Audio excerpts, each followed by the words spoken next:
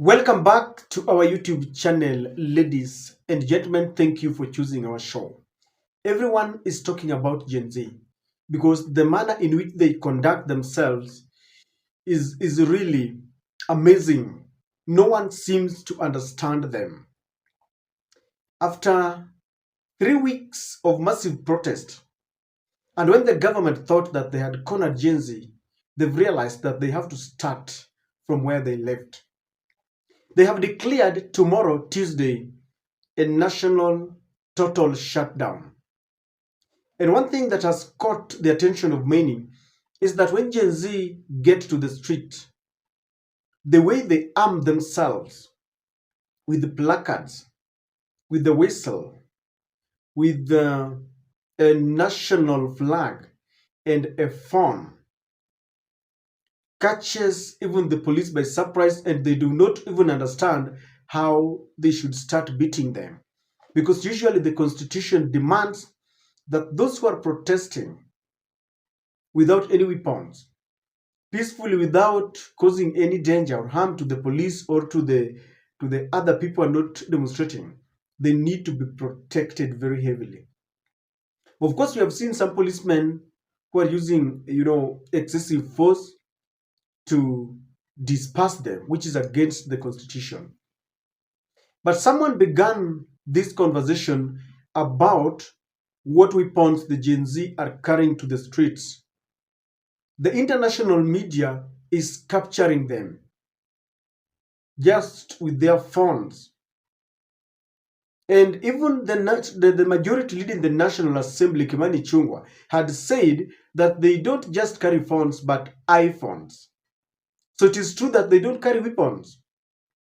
But this person began a conversation that I want us to look at because it's a very interesting conversation. And it was summarized by James Smart, who is the James Smart is a journalist, I think, with the NTV. Now, this person who started this conversation just said one thing. His name, in Twitter, people give themselves what I just call nicknames. This person is called Rigathi Bodyguard 001. And this is what he said. Arm yourself with a flag and a whistle. Go picket in town. It's your constitutional right. Hashtag Occupy CBD on Tuesday. Now you can see people with flags. Now, after that, there were several replies coming on. And I just want to read three. Then I give you what James Smart said that will form the basis of our analysis. Please subscribe to our channel if you're watching for the first time. Click the notification bell to allow YouTube to notify you. Please give this video likes. When you do that, you promote this video. Thank you for your continued support, for sharing our videos and sharing your comments. We don't take them for granted. Ladies and gentlemen, a person calling himself Dennis Chimba said this: power back to the people. And I will come back and tell you. Then someone who is called Babylonian is saying every generation has their purpose. Ours is to reverse the brainwashing. And I want you to get that. This is a Gen Z. He's saying every generation has their purpose. Ours is to reverse the brainwashing, reveal the truth, and liberate this country from corruption and impunity. Brainwashing. If there is a group that had been brainwashed, was this group. But they're also saying that it is their fathers who are brainwashed, and they're telling William Ruto, we are not our parents, we are Gen Z. Now, Paulo says, I agree. The Kenyan flag had become the symbol of the elite. They don't allow Kenyans to use it as they wish. It is their symbol of power, control, and eliteness. The power of the flag mounted on CS and senior government officers. I remember the days of Moi. They would talk of the power of the flag. So basically what was being discussed here is the power of the flag, the way the Gen Z have taken back the power. They are using the flag on the streets, contrary to what the government officials have always wanted us to imagine what the flag means. Someone else is saying, well captured, the flag is the people's, not the government tool for installing fear in citizens.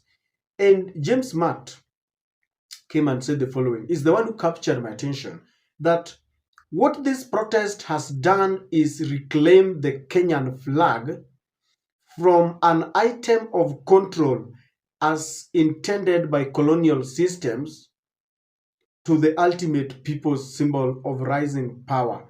They will not like it. Ladies and gentlemen, the conversation is about the flag. For those who grew up during, let me say, part of our times, I never tasted the real power of Moi, but I saw ministers coming and with their flags. That flag was feared. When you were a government minister, that flag was feared. You would come. I remember one day I saw Dalmas Otieno, who is the former member of parliament of Rongo constituency. And he was once a government minister for transport, for trade, I think. And that, that flag was a symbol of authority. When you saw it, you would fear, you would know that there is real power in it. And that is exactly what the government officials are doing. Today, when you see the flags passing by with sirens and chase cars and motorcades, and the way they are opening the roads, you become useless in front of them. They want you to feel that they are around because of that flag. So today people are discussing about the flag. Do you agree with these people that in the past these people have always used the flag as a symbol of authority, as a symbol of intimidation, as a symbol of elite? Yet the Gen Zs now have decided that we are taking back the flag and we want to show you what this flag means. And if you witness, Gen Zs are now using this flag to show them we are the people. The flag belongs to us. When you read chapter 1 of the Constitution, the power belongs to the people. We only donate this power to our members of parliament, to our members of the county assembly, to the ministers, cabinet secretaries, to the president himself. This is why there's a big problem when the president asks, do you want the finance bill 2023? We say no, then he forces it down our throat. Gen Z watched.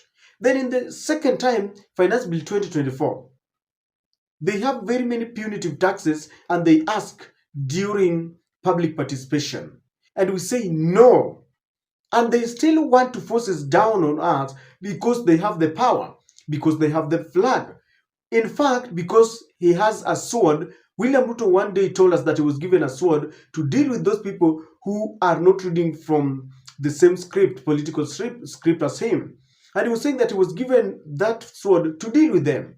He intimidated the judges, saying, I will not obey the court orders. He intimidated people like Okiya Mutata, the Law Society of Kenya, civil rights groups who are going to the street, to court, to look into the housing levy, to look at the national insurance, the NHIF thing.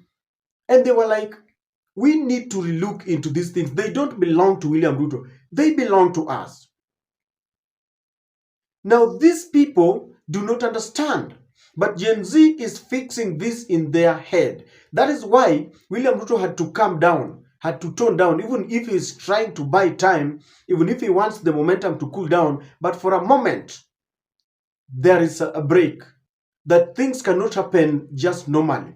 And Gen Z have told William Ruto, we know you can talk, but we want you to implement. So the Gen Z is using, or they are using these flags as a symbol of authority to the people, not authority to the political class, not authority to government officials, to William Ruto the president, to Rigathi Gachagua the deputy, even to their spouses, not the cabinet. It is a symbol of authority to the people of Kenya. We gave them the power. And that is what James Matt is saying, that what the protest has done is to reclaim the Kenyan flag from an item of control as was intended by the colonial masters, the colonial system, back to the ultimate people's symbol of rising power. That is what James Watt is saying. The people's symbol of rising power. The power belongs to the people. Number two, JNZs are using this flag as a symbol of unity, not authority, not division. You've realized that when they are together on the streets, they are united.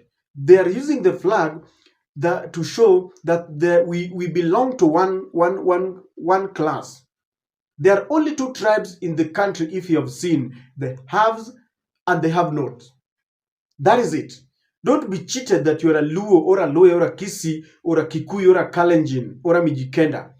Those are terms that the political class will be using to divide us as they continue looting. And when they are caught with their hands in the cookie jar, they start invoking the tribal, the tribal figure that I'm a Luo, and now they are fighting me. It is not me they are fighting, but they are fighting you. Yet when they are stealing, they are not stealing on our behalf. And the Gen Zs are using the flag as a symbol of unity across all the ethnic inclinations. And I love it. They're telling the political class this is a symbol of unity, a symbol of authority to the people. And so when I watched this discussion, I realized that this is the reason why the Gen Z are carrying the flag. They are united. They have the power. No one can divide them along political lines or tribal lines or whatever. And that's why they're on the streets. The momentum rises every day, keeps on rising. They never get tired. They come up with new ideas. They come up with ultimatums every day. Wherever William Ruto is, things are not working for him. You can't shoot people who are carrying just flags. And ladies and gentlemen, it is very bad. Do you agree that for the first time, the Gen Z have broken the jinx and they are now bringing power to the people? They want to change the brainwashing that has gone on. That is why they're telling William Ruto, we will not allow you to get away with this. You lie to us, you must come and pay for it. And I think that was a very significant discussion on this, especially after the Gen Zs have declared that they are not going back. A luta continua. And one thing I know for sure, in the words of the late American preacher, Dr. Martin Luther King Jr., we shall overcome. And indeed, we must and we shall overcome.